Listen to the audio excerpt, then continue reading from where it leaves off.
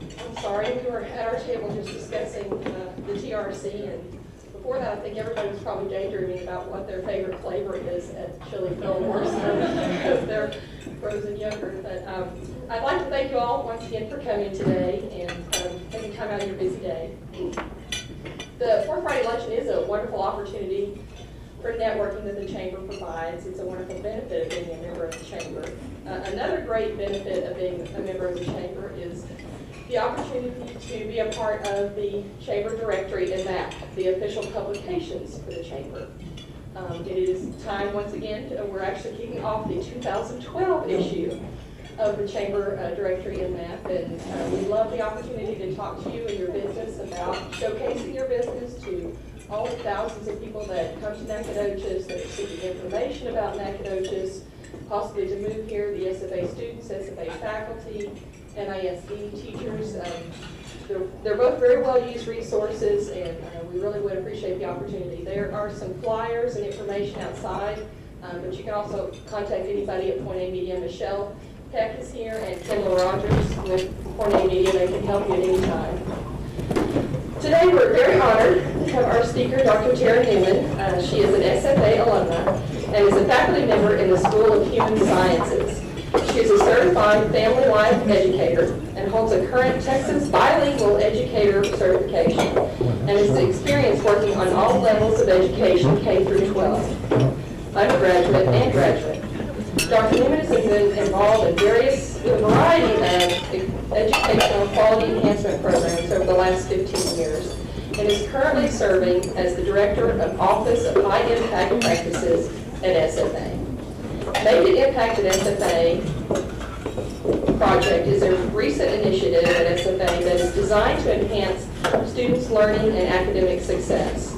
Today's students have an access to more information than ever, as we all know, but the thinking skills needed to use that information effectively are often lacking.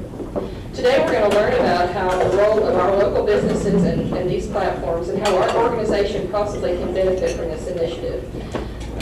Dr. Newman is, as she said, is a proud SFA grad. She was born in Houston but got to Nacogdoches as quick as she could. She is the proud mom. Between her and her husband, they have 7 children. And she likes to say that she's had a 24-hour lab experience raising kids, her big family. So please help me welcome Dr. Tara.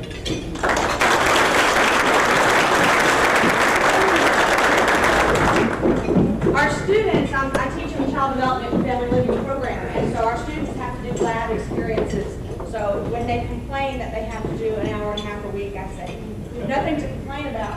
Try a 24-hour day. Try the 24-hour day blessing of parenting. Today, though, what I'm going to talk to you about is the quality enhancement plan at Stephen F. Austin. Can you hear me okay without a mic? You really might use it for recording.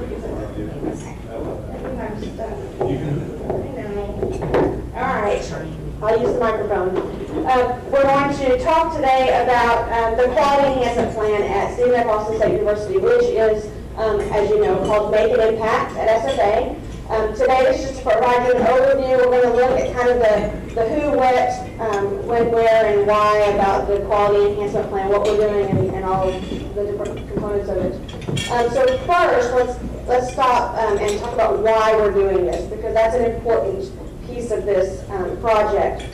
First and foremost, we are engaging in this project to enhance our students' learning at our institution.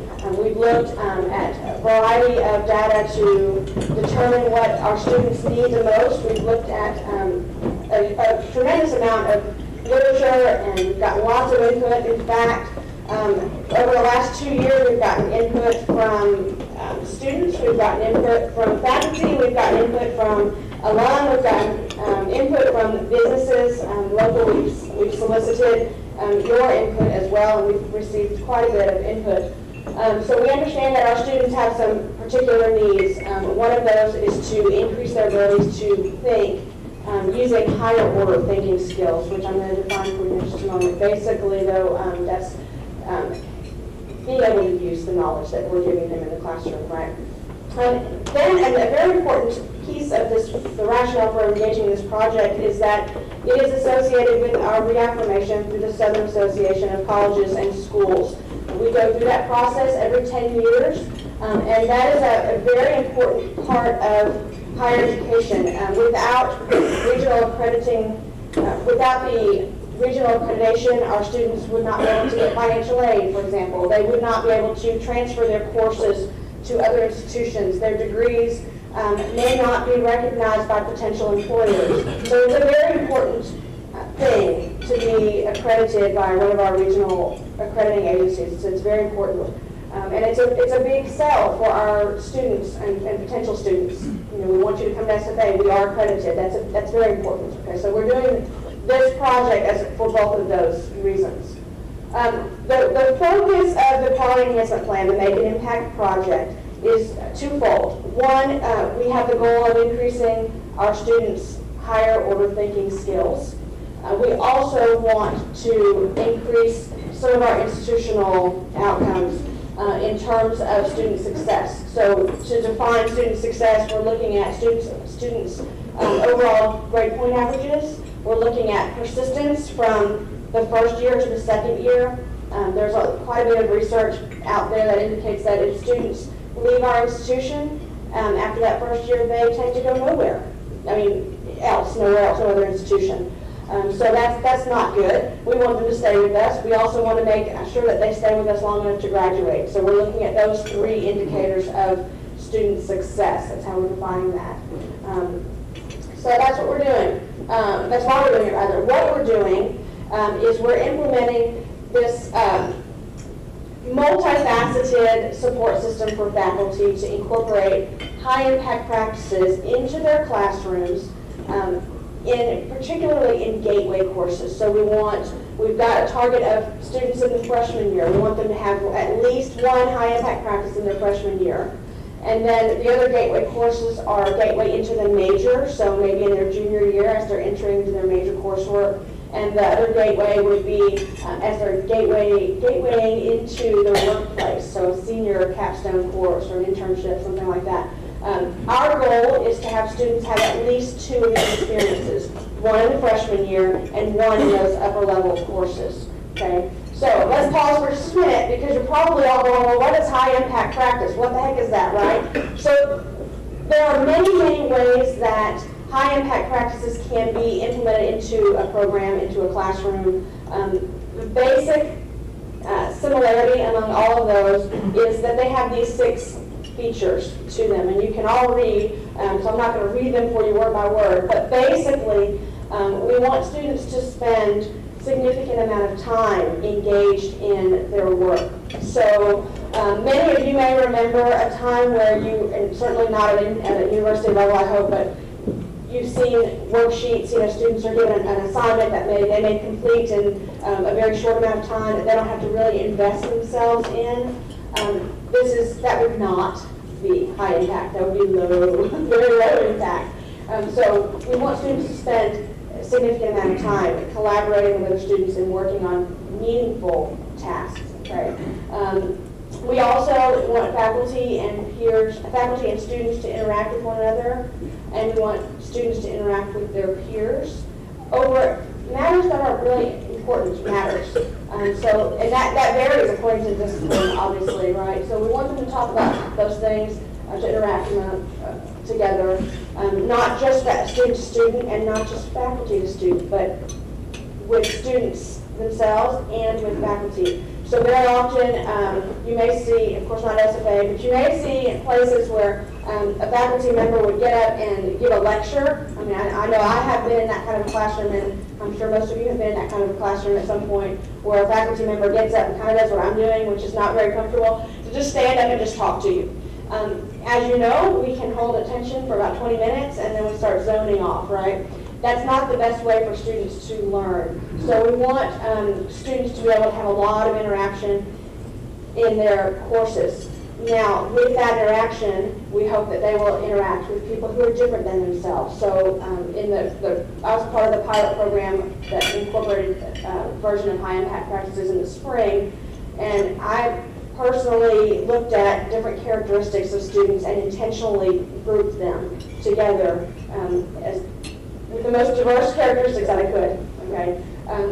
Because what do? If we say go get in a group, we're going to get with people we know, or we're going to get with people who have characteristics that are similar to us, people that we're most comfortable with, and that's just not the way that the real world works, right? When you get out to the workplace, you're asked to work with people who may be very different than yourself, may have very different beliefs or different values and different backgrounds. So we want our students to have that experience while they're with us at the institution.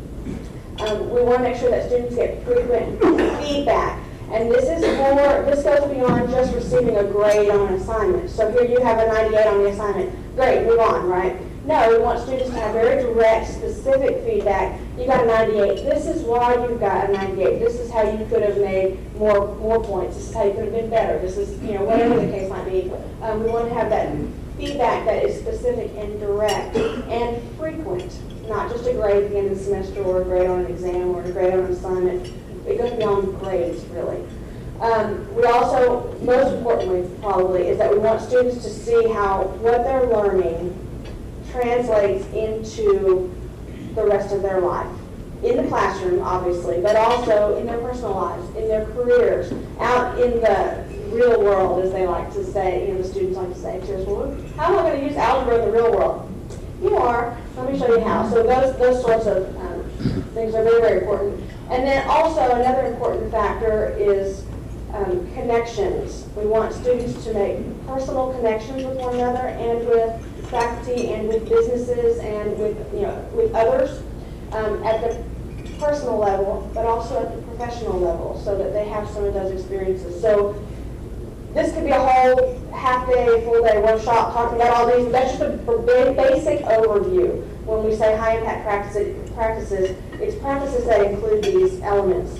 Now, we have narrowed those down to 3 specific platforms that we're targeting to incorporate those elements. Remember I told you that our students are going to experience one of these things one of these experiences in their freshman year. Well, we have decided that we're going to have as many freshmen as we can, ideally all freshmen, but it won't be probably all of them at first. They will go through coursework that specifically, directly teaches them how to work collaboratively and engages them in some sort of collaborative learning experience. And that's very important because the other 2 platforms that they will experience in their upper level coursework, more likely than not, will engage them with other people. They will be asked to work collaboratively, so these students will have a background in how to do that effectively.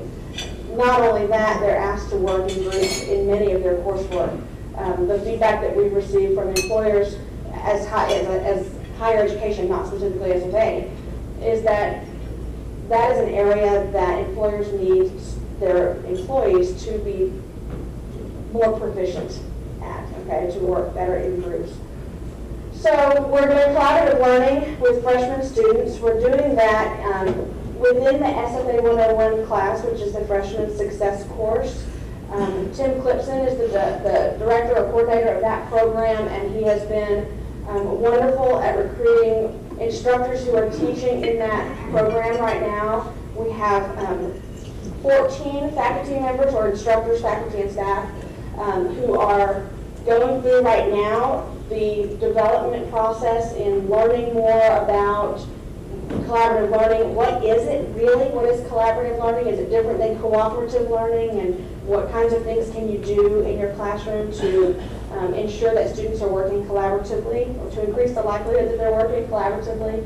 And then they're developing their plans to do that, and they'll be implementing that this fall.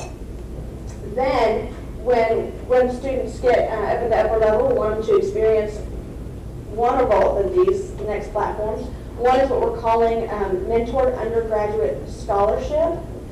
This started out being called undergraduate research, but not every area looks at the term research the same, and so we want to make sure that we're including, like the College of Fine Arts, for example. They have a different type of scholarship, perhaps, than the College of Science and Math, but it is equally as valuable. So we're calling it scholarship, Mentored Undergraduate Scholarship, MUGS for short, like our acronyms. And so the faculty will be beginning this fall. We'll have 12 faculty members and 2 research librarians who will be on that, in that faculty learning community is what we're calling it.